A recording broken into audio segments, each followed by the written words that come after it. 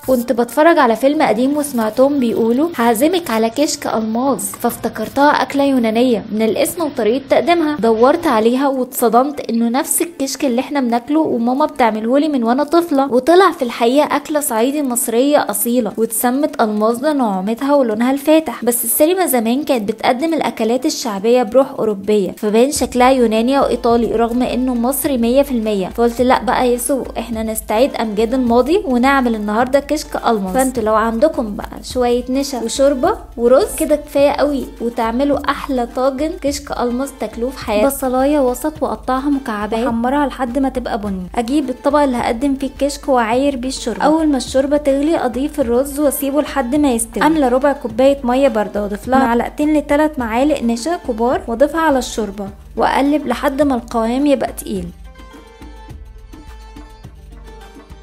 وهضيف لها شويه من البصل المحمر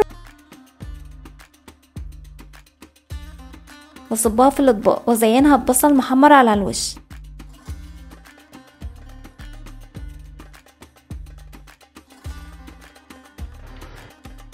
اظن مفيش اطعم من كده. يوسف ما كانش موجود فمعرفتش اعمل لكم اختبار الطعم، بس مازن هو اللي كان معايا وهو اللي بيشاركني بقى. كده احنا خلصنا. السلام عليكم.